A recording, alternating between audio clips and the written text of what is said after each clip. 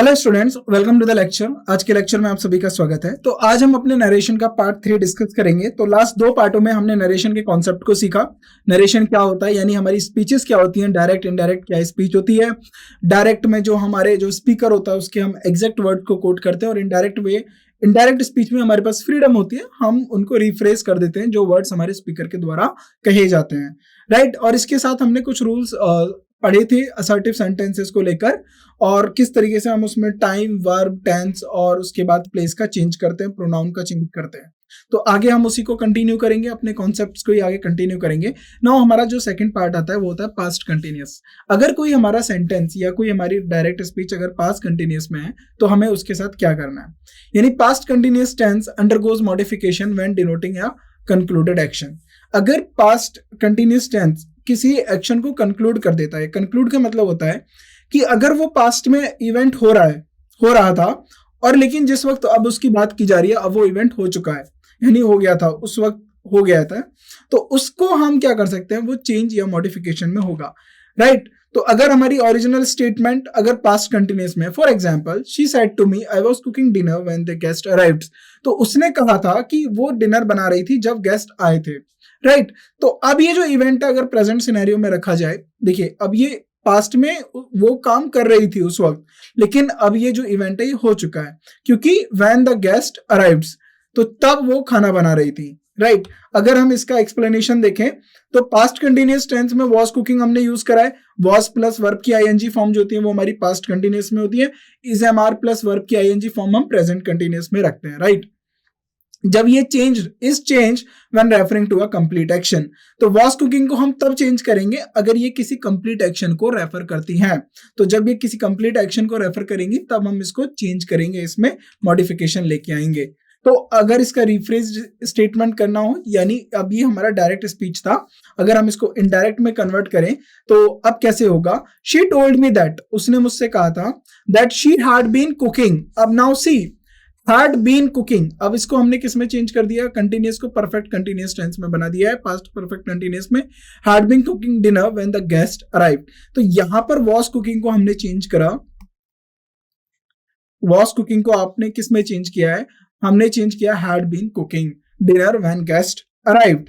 सी, अब यहां पर इसका एक्सप्लेनेशन, हमने ऐसा क्यों चेंज करा, पास्ट कंटिन्यूअस जो टेंस है हैड बीन कुकिंग इंडिकेट करता है the action of cooking was ongoing. देखिए परफेक्ट कंटिन्यूअस टेंस का मतलब समझिए, पहले आपको मैं कंटिन्यूअस का समझा देता हूं। कंटिन्यूअस का मतलब होता है कि अगर कोई एक्शन ऑनगोइंग है, चाहे वो प्रेजेंट में रहा हो या फ्यूचर में ऑनगोइंग होगा, या पास्ट में हो चुका, ऑनगोइंग चल रहा था यानी उस वक्त हो रहा था, तो उसको हम जब बात करते हैं वो कंटिन्यूअस में करते हैं, यानी वो एक्शन अभी ऑनगोइंग है, लेकिन वो एक्शन ऑनगोइंग था लेकिन एक पॉइंट पे आके कंप्लीट हो गया, ये हम परफेक्ट कंटिन्यूअस की बात करते हैं। यानी had been cooking indicate that action of cooking was ongoing, जो एक्शन ऑफ कुकिंग था वो ऑनगोइंग था, और जब कंप्लीट हुआ, when was completed before the guest arrival, तो गेस्ट के अराइवल से पहले वो जो एक्शन था कुकिंग का वो कंप्लीट हो चुका था, इसीलिए हमने इसको परफेक्ट कंटिन्यूअस टेंस में रखा है। ओरिजिनल स्टेटमेंट क्या है हमारी पास्ट कंटिन्यूअस की, they said to me they were playing basketball when the rain started, तो वो बास्केटबॉल खेल रहे थे जब बारिश स्टार्ट हुई थी, तो उस टाइम तक तो ये एक्शन ऑनगोइंग है, समझिए कि बास्केटबॉल खेला जा रहा है उनके द्वारा, राइट। अगर बारिश आ गई तो ये जो इवेंट है खेलने का ये समाप्त हो गया, क्योंकि बारिश ने आके उस इवेंट को कैंसिल कर दिया। तो अब ये जो इवेंट था खेलने की, जिस घटना के बारे में हम बात कर रहे हैं, ये एक पॉइंट पे आके कंप्लीट हो गई है, तो इसको हम रिफ्रेश कर सकते हैं। The past continuous tense verb playing is changed when the indicating a complete action, तो verb playing को जब हम चेंज कर सकते हैं जब ये किसी इंडिकेटिंग या जो एक्शन है ये हमारा इंडिकेट कर रहा है कि ये कंप्लीट हो चुका है। ये मॉडिफाइड स्टेटमेंट क्या हो जाएगा, they told me that they had been playing basketball when the rain started. तो आप पास्ट कंटिन्यूअस को चेंज कब करेंगे, अब आप मोटे तौर पे ये बात समझिए, एक्शन कंप्लीट होगा तब, यानी एक्शन कंप्लीट होना चाहिए, राइट। अगर एक्शन कंप्लीट हो गया तो अब ये क्या हो जाएगा, हमारा एक्शन अगर हमारा पूरा हो गया तो ये हो जाएगा हमारा चेंज, यानी इसमें हम फर्दर चेंज कर सकते हैं, यानी इसके स्पीच में चेंज कर सकते हैं, डायरेक्ट को इनडायरेक्ट में कर सकते हैं, हमें इस बात पे ध्यान देना है, राइट। नाउ अब इसका explanation, the past continuous tense had been playing हमने क्यों रखा, क्योंकि suggested that playing activity was ongoing, तो जो बास्केटबॉल खेलने की एक्टिविटी थी वो ऑनगोइंग हो रही थी, लेकिन वो कंक्लूडेड कब हो गई, कब समाप्त हो गया, कब एंड हो गया, जब बारिश शुरू हुई थी। तो आप इसको इमेजिन करिए कि आप अपने दोस्तों के साथ बास्केटबॉल खेल रहे थे कल, और ठीक आपने 4 बजे से 5-6 बजे तक आपको खेलना था, लेकिन 5 बजे ही बारिश हो गई। तो ये जो एक्शन था खेलने का, ये 5 बजे वाले पॉइंट पे आके खत्म हो गया क्योंकि बारिश हो गई थी।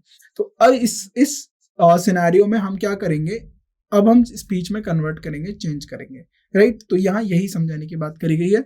तो the past continuous tense remains unchanged when employed in a time clause. तो जब भी अगर हमारा पास्ट कंटिन्यूअस चेंज जो होगा वो अनचेंज रहेगा जब वो टाइम के एम्प्लॉयड में रहेगा। कैसे, इसको समझिए। देखिए कुछ एग्जांपल लेते हैं पास्ट कंटिन्यूअस की जब वो चेंज नहीं होते हैं, अगर हम टाइम क्लॉज की बात करें, चाहे वो हमारा डायरेक्ट हो या इनडायरेक्ट हो। For example, she said while I was studying, जब मैं पढ़ रही थी द पावर वेंट आउट। तो ये किसकी बात हो रही है, ये यहाँ पर ये टाइम इंडिकेटिंग की बात कर रहे हैं, while the power went out. अब इसमें क्या है, the past continuous was studying is used in a time clause, तो ये टाइम क्लॉज के साथ आपने यूज करा, while I was studying the power went out, right. तो अगर इसका हमें इनडायरेक्ट स्टेटमेंट बताना हो, India the she said that while she was studying, जब वह पढ़ रही थी the power had gone out. तो वॉज जो स्टडिंग है ना, ये जो एक्शन है ये हमारा कंप्लीशन नहीं हुआ है, राइट। ये कंप्लीशन नहीं हुआ है क्योंकि इसको हमने टाइम के साथ इंडिकेट कर दिया है। टाइम के साथ इसलिए इंडिकेट कर दिया है क्योंकि जब हमने बात करा व्हाइल आई वाज स्टडिंग, जब मैं पढ़ रही थी तो द पावर वेंट आउट, तो जो बिजली है वो चली गई थी, राइट। तो उसकी वजह से यहाँ पर एक्शन को अफेक्ट नहीं किया गया है, राइट। एक और example, as he was walking to the store, जब वो स्टोर की तरफ जा रहा था, it started raining he explained. यानी अब देखिए, या तो एक्शन को कंप्लीट हो जाना था। अब एक्शन कैसे कंप्लीट होता, जब वो बारिश, अगर वो स्टोर तक पहुंच जाता तो एक्शन कंप्लीट हो जाता, लेकिन बारिश पड़ गई। अब वो ये बता रहे हैं कि जब वो स्टोर जा रहा था उस समय बारिश होना शुरू हो गई थी, यानी इट स्टार्टेड रेनिंग, राइट, बारिश हो गई थी। अब बात को समझिए। फॉर एग्जाम्पल, अगर आप अपने घर से स्टोर की तरफ जा रहे हैं, राइट, अब एक्शन में क्या डिस्क्राइब कर रहे हैं कि आप स्टोर के लिए जा रहे थे और बारिश हो गई थी, क्या ये एक्शन कंप्लीट हुआ, नहीं हुआ। चेंज तभी होगा जब एक्शन कंप्लीट होगा। तो यहाँ पर जो पास्ट कंटिन्यूअस टेंस है वो एक पार्ट ऑफ टाइम क्लॉज है, यानी टाइम क्लॉज का है, और टाइम क्या इंडिकेट कर रहा है, इट स्टार्टेड रेनिंग, जब वो जा रहा था तब बारिश हुई थी, राइट। अगर इसका आप इनडायरेक्ट बनाएंगे, he explain that as he was walking to the store there is no change in it had started raining, तो हम इसमें चेंज कर रहे हैं, it had started raining, right. Now was walking in the time clause is unaltered, तो यानी जो हमारा अनऑल्टर्ड का मतलब होता है नो चेंज, तो जो हमारा वॉज वॉकिंग है ये हमारे टाइम क्लॉज के अंदर है, इसके अंदर कोई चेंज नहीं आया है, राइट। तो नेक्स्ट पॉइंट पे आगे बढ़ते हैं हम। The past simple tense remains unchanged, तो हमारे पास्ट सिंपल टेंस मतलब किस कैटेगरी में या किस कंडीशन में अनचेंज रहते हैं, when used in a time clause, जब भी उनको किसी टाइम क्लॉज के साथ यूज करा जाए तब वो अनचेंज होंगे, उनको कोई चेंज नहीं किया जाएगा, उसमें कोई बदलाव नहीं होगा। When describing two action that occurred simultaneously, और जब भी दो एक्शन की बात हो रही हो और दोनों एक्शन साइमल्टेनियसली हो रहे हो तो तब उनमें कोई चेंज नहीं होगा। When referring to a historical event, अगर किसी भी हिस्टोरिकल इवेंट, फैक्ट या किसी हिस्टोरिकल पार्ट की बात हो रही हो उसमें कोई बदलाव नहीं किए जाते। एग्जाम्पल के तौर पे टाइम क्लॉज में अगर हम देखें, he said when I arrived she was already there, तो ये बता रहे कि जब वह वहां पर पहुंचा वो वहां पर पहले से ही उपस्थित थी। तो ये एक हमारा टाइम क्लॉज स्टेटमेंट है, क्योंकि वो अपनी प्रेजेंस से दूसरे की वो अपने पहुंचने से दूसरे की प्रेजेंस को बता रहा है। She was already there, he said that when he arrived she was already there, there is no change in it, right. The verb, the tense, time clause इसमें क्या है, आई अराइव्ड, तो जैसे ही वो पहुंचा, आई arrived, does not change when converting the form direct से indirect में हम टाइम क्लॉज जो वर्ब है हमारी आई अराइव्ड उसमें कोई चेंज नहीं होगा। अगर दो साइमल्टेनियसली एक्शन हो रहे हो तब भी कोई चेंज नहीं होगा। For example, while I was reading the phone ringing, तो जब वो पढ़ रहा था तभी फोन बजा, तो दो एक्शन हो रहे हैं, यानी उसके पढ़ने का भी एक्शन के बारे में बात हो रही है और फोन की रिंग की भी बात हो रही है। तो she said that while she was reading the phone wrong. तो याद रखिएगा ये तीनों कंडीशन जिसमें चेंज नहीं होता है उसमें चेंज मत करिएगा, राइट।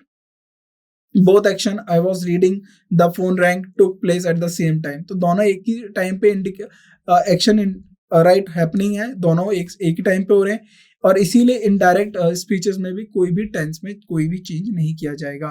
अब हिस्टोरिकल फैक्ट क्या है? The guide said in 1492 sorry, in 1492 Columbus discovered America. तो गाइड ने बताया कि 1492 में कोलंबस ने अमेरिका को डिस्कवर्ड किया था। ये फैक्ट है, और ये एक हिस्टोरिकल पास्ट है, और ये एक जनरल फैक्ट है, इवेंट है। तो जो भी इस तरीके की चीजें होती है जो हिस्टोरिकल पास्ट इवेंट को मेंशन करते हैं, इसमें कोई चेंज नहीं होता। The guide said that in 1492 Columbus discovered America. तो हिस्टोरिकल फैक्ट्स हो गया हमारा, यूनिवर्सली एक्सेप्टेड होते हैं, यूनिवर्सल एक्सेप्टेड ट्रूथ हो गए, ये जनरली रिमेन अनचेंज जब भी हम डायरेक्ट से इनडायरेक्ट में स्विच करते हैं। इस बात को आप याद रखेंगे। Now change of the following, will का चेंज कैसे होगा, नीड का चेंज कैसे होगा, कुड का चेंज कैसे होगा, मस्ट का चेंज होगा। तो हर एक को आपको ध्यान देना है, राइट। एग्जाम में अगर आप पूछ लें तो आप इजीली आंसर कर पाए, राइट। सबसे पहले विल का, will become should. Will should कब होगा? When the speaker is asking for advice और मेकिंग अ रिक्वेस्ट। तो जब भी याद रखिएगा विल शुड कब होगा, विल को मैं यहां लिख देता हूं शुड, राइट। अब ये दो कंडीशन में है, एडवाइस की कंडीशन में, जब कोई स्पीकर एडवाइस सीकिंग एडवाइस यानी एडवाइस मांग रहा हो, या फिर रिक्वेस्ट कर रहा हो, तब आप विल को शुड में चेंज करेंगे। Example, Tom said to me, Tom ने मुझसे कहा, will I go to the doctor. ये एडवाइस मांग रहा है कि मुझे क्या डॉक्टर के पास जाना चाहिए, right. Tom asked me if he should go to the doctor, right. Will के लिए देखिए कंडीशन है, इसीलिए will I go to the doctor ये क्वेश्चन मार्क की तरह पूछा गया है, तो इसीलिए यहाँ पर भी कंडीशन आएगा if he should go to the doctor. Now need verb के लिए क्या होगा? देखिए नीड वर्ब जो होता है ना, बड़ा ट्रिकी होता है। यहाँ पर ये मेंशन किया हुआ है, need verb can be a bit tricky in English since it can be both men verb और मॉडल ऑक्सिलरी वर्ब। तो दो तरीके से काम करती है, मेन वर्ब की भी तरह काम करेगी और मॉडल ऑक्सिलरी की तरह भी काम करेगी। When converting from direct to indirect, the treatment of need depend on its context. तो जब भी आप इसके कॉन्टेक्स्ट यानी कब ये वर्ब की तरह काम करे, मेन वर्ब की तरह, कब ये मॉडल ऑक्सिलरी की तरह काम करे, हम इसके कॉन्टेक्स्ट को देखेंगे, राइट। अगर need as a main verb काम करती है, नीड अगर एज अ मेन वर्ब काम करती है, तो ये क्या इंडिकेट करेगी? ये नेसेसिटी को इंडिकेट करेगी, जरूरत को इंडिकेट करेगी, रिक्वायरमेंट को इंडिकेट करेगी। यानी he said I need some water, he said that he needed some water. तो ये किसको एक्सप्रेस कर रही है? ये नेसेसिटी को और रिक्वायरमेंट को एक्सप्रेस करेगी जब ये मेन वर्ब की तरह काम करेगी, राइट। तो रूल क्या कहता है? When need is used as a main verb, अगर नीड को हम as a main verb use करें, it typically follows the past tense rule. तो यानी अगर फ्यूचर मतलब प्रेजेंट का है तो वो पास्ट में बदल दिया जाएगा। तो इन दिस केस नीड को हमने क्या करा? नीडेड में चेंज कर दिया, right. Negative need as a modal, अगर हम नीड को मॉडल में यूज करें तो ये लैक ऑफ नेसेसिटी, ये नीड क्या हो जाता है? देखिए यहां नेगेटिव वे में इंडिकेट करती है। नेगेटिव का मतलब क्या है? ये लैक ऑफ नेसेसिटी, नेसेसिटी की लैक को बताती है, कमी को बताती है नेसेसिटी की। You needn't finish today she said, तो आपको ये आज फिनिश करने की जरूरत नहीं है, उसने ऐसा कहा। She said that I need not, needn't का मतलब होता है need not finish that day. तो दैट क्या हो गया? किसी काम को लेके, यहाँ पर फिनिश दैट का मतलब है यहाँ किसी काम को लेकर बात करेगी, उसीलिए ये प्रोनाउन लिया है। और टुडे को हमने क्या लिखा है? That day. आपको पता है टाइम को हम चेंज करते हैं इनडायरेक्ट में, और प्लेस को भी, हेयर को भी देयर कर देते हैं हम डायरेक्ट से इनडायरेक्ट में, राइट। अब इनडायरेक्ट स्पीच क्या होगी? She said that I did not need to finish that day, right. तो ये एक और हमारी इसके हो गया, राइट। नाउ रूल क्या कहता है? Need is use to negative form of as a modal. तो नीड को हम एक negative form of modal use करते हैं। Need not, it remain unchanged और can be rephrased using did not, did not need to. अगर आप इसको नीड नॉट यूज, देखिए नीडेंट को ये अनचेंज हो जाता है, या फिर इसकी जगह पर आप क्या कर सकते हो? या तो इसी को लिख सकते हो नीड नॉट, या फिर डिडंट नीड टू। इन दोनों का मीनिंग सेम होता है, ये याद रखेंगे हम लोग, राइट। रिपोर्टेड स्पीच में नीड इन क्वेश्चंस, अगर नीड अगर हमारा क्वेश्चन की तरह फॉर्म में आए, आस्किंग अबाउट नेसेसिटी, अगर जरूरत के बारे में पूछा जाए, राइट, नेसेसिटी के बारे में पूछा जाए।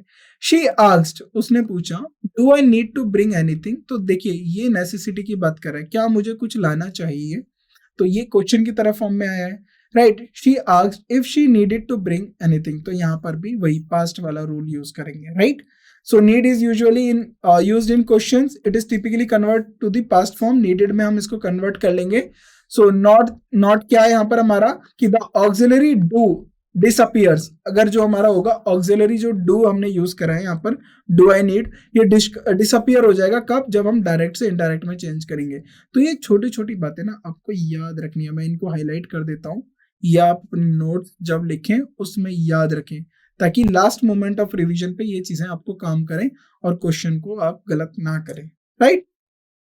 Need expressing a strong recommendation are rare usages, अगर ये इसका रेयर यूज होता है, अगर नीड किसी strong recommendation, you need to do this, you need to watch this, you need to see this movie, तो आगे मान लीजिए ये कोई मूवी किसी मोरल कैरेक्टर या फिर मोरल किसी चीज पे बेस्ड है, तो उसके लिए बोला गया है कि you need to see this movie, आपको यह मूवी देखने की जरूरत है। मे बी उसके किसी लाइफ के किसी एक पार्ट से होगा, लाइफ लेसन के बारे में कोई मूवी होगी, तो हम भी ऐसा अपनी डेली लाइफ में किसी को एडवाइस करते हैं। He exclaimed that I needed to see that movie, तो दिस को दैट हो जाता है, right, this movie that movie हो जाएगा।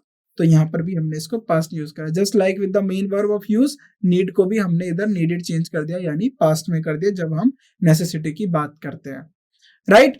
तो in all scenarios of changing from direct to indirect speech, other elements of the sentence might change too, तो दूसरे एलिमेंट्स को भी हमने चेंज करा। फॉर एग्जांपल प्रोनाउंस को हमने ऑफनली यूज करा, जैसे आई को हमने ही और शी बन गया, राइट। और टाइम एक्सप्रेशन भी हमारा टुडे को दैट डे कर दिया। तो ये चीजें याद रखनी है कि टाइम प्रोनाउन को हम चेंज कर रहे हैं, प्लेस को हम चेंज कर रहे हैं, टाइम को चेंज कर रहे हैं, right. Changes of pronouns in the reported speech, तो अब हम थोड़ा किस पे डिस्कस कर लेते हैं, अब हम प्रोनाउंस के चेंजेस पे बात कर लेते हैं जो हम रिपोर्टेड स्पीच में करते हैं। For example, the pronouns in direct speech are always relative to the speaker, तो जो भी हमारा प्रोनाउन डायरेक्ट स्पीच में होता है वो स्पीकर से रिलेट करता है। ये मैंने आपको बताया था, मैंने एक एग्जांपल दिया था कि अगर मान लीजिए राम अपने दोस्त से बात कर रहे हैं, राम राधे से बात कर रहा है सपोज, और भवानी के बारे में बात कर रहा है, राइट। तो जब राम इनको कोट करेगा तो ये इस स्पीकर के बारे में बात हो रही होगी, राइट। अगर राम इसके बारे में कोट करेगा तो ये थर्ड पर्सन बन जाएगा, देन ये फर्स्ट और सेकंड पर्सन, राइट। तो इस चीज को मैंने लास्ट लेक्चर में एक्सप्लेन करा, आप उसको अच्छे से समझिए उस कॉन्सेप्ट को, right. The pronouns in direct speech are always relative to the speaker, जो प्रोनाउन होता है हमारे डायरेक्ट स्पीच में वो किसको रिलेट करते हैं, स्पीकर को। But when these statements are reported by someone else, तो यही अगर हम किसी और के द्वारा रिपोर्ट करें, दे प्रोनाउन को हम क्या करना पड़ेगा, हमें चेंज करना पड़ेगा। For example, first person pronoun like I, me, my, we, our, तो याद रखिएगा आई और वी, आई हमारा सिंगुलर केस में और वी हमारा किस केस में होता है, प्लूरल केस में। तो ये हमारे फर्स्ट पर्सन होता है, आई का मी बन जाएगा, माई बन जाएगा, माइन बन जाएगा, राइट। वी का क्या बन जाएगा बताइए, वी का अवर बन जाएगा, अस बन जाएगा, right. Indirect speech change according to the subject of the reporting verb, तो ये हमारा चेंज हो जाएगा रिपोर्टिंग वर्ब के सब्जेक्ट के दौरान। For example, she said I am tired, ये शी इसके लिए आया, आई के लिए, राइट। उसने कहा कि वह थकी हुई थी, राइट, थकी हुई है। She said that she was tired, तो ये शी किसके लिए आया, इसी की बात हो रही है, लेकिन अब ये बात कोई और बता रहा है। जब ये बात किसी और को बता रहा है तो ये थर्ड पर्सन हो गया, तो यहाँ पर आई के लिए शी आ गया। See here I become she because the subject of the reporting verb is she, तो इसीलिए सब्जेक्ट जो है रिपोर्टिंग वर्ब का क्या है, शी है, इसलिए आई हमारा शी बन गया, राइट। नाउ सेकंड पर्सन, तो सेकंड पर्सन कौन होता है, हमारा यू होता है, और यू के साथ यू की चीजें हो जाएंगी, योर, योर्स, राइट।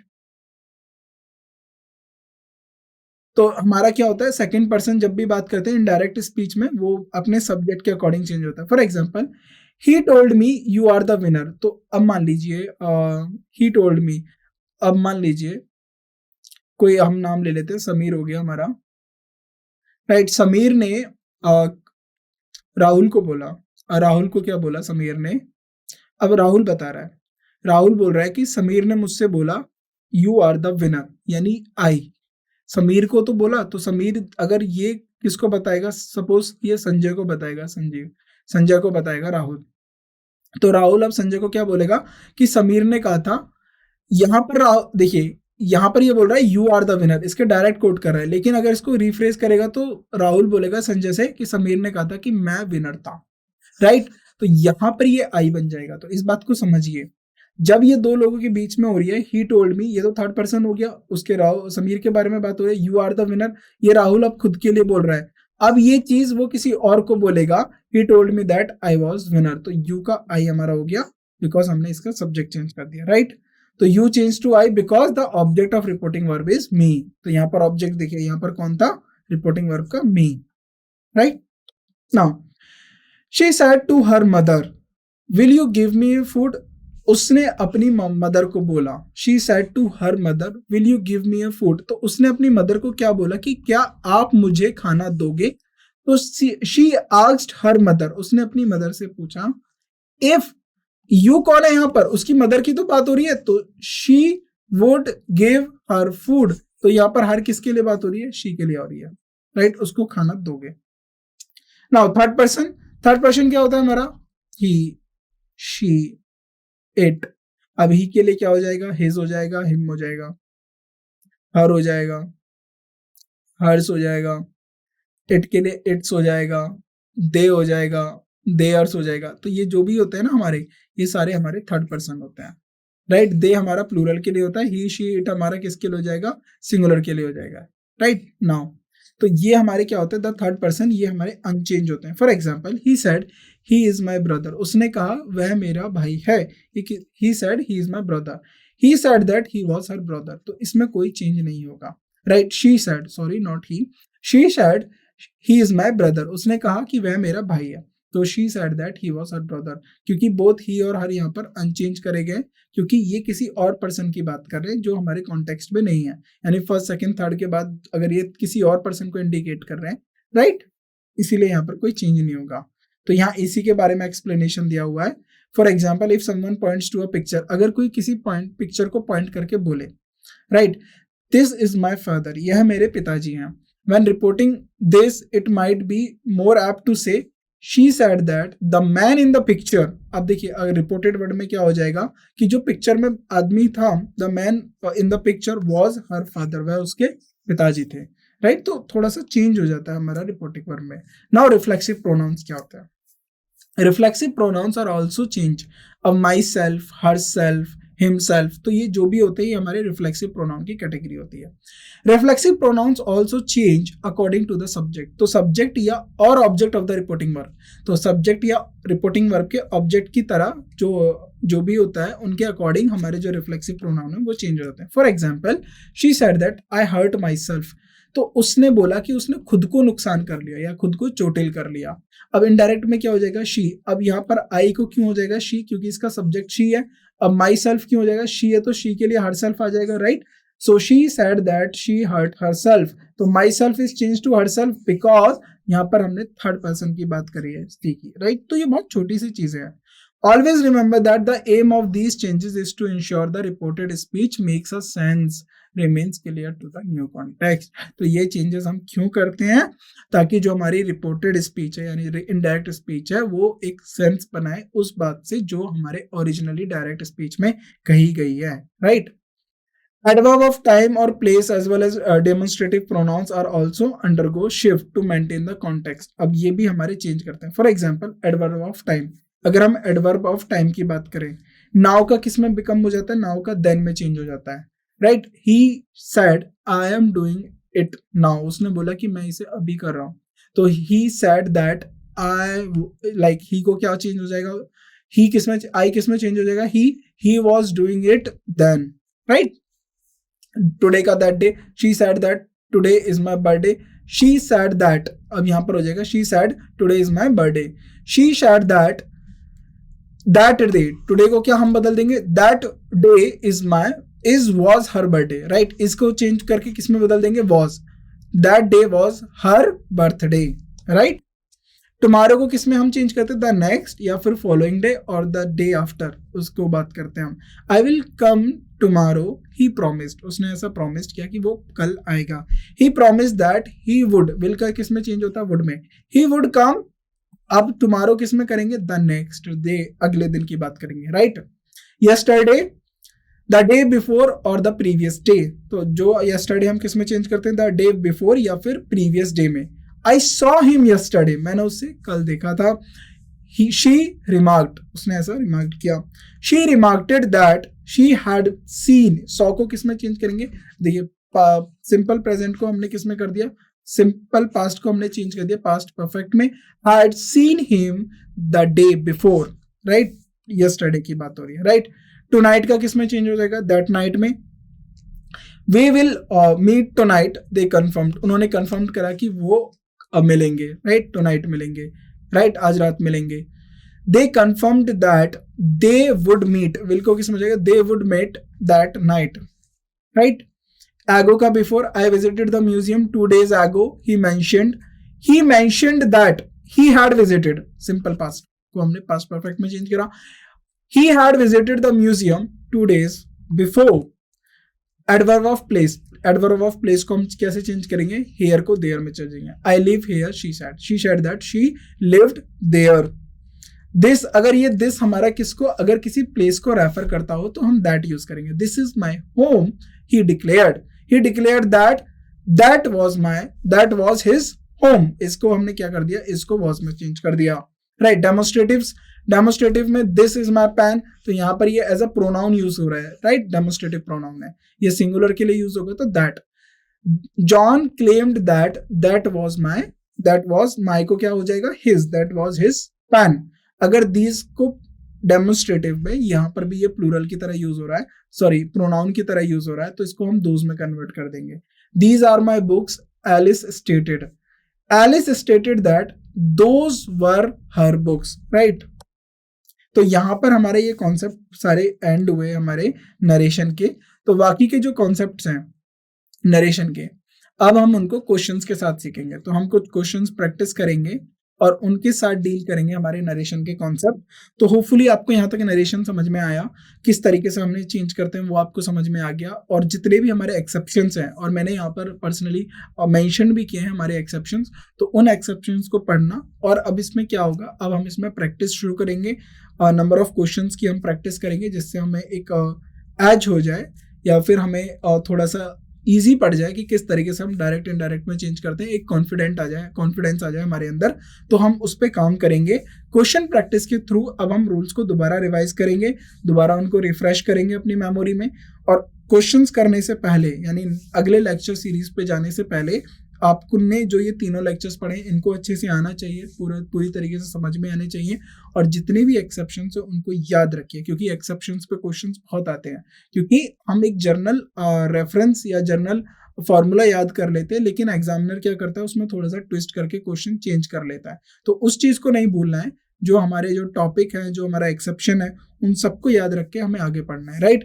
तो जितना ज्यादा हो सके खुद से क्वेश्चंस पूछिए, मतलब खुद से अपने आप को डायरेक्ट स्पीच रखिए और उससे खुद आप इनडायरेक्ट में कन्वर्ट करिए। एक्सेप्शंस याद रखिए, रूल्स याद रखिए, टाइम में कैसे चेंज होगा, प्लेस में कैसे चेंज होगा, राइट, प्रोनाउन में क्या चेंज हो रहा है।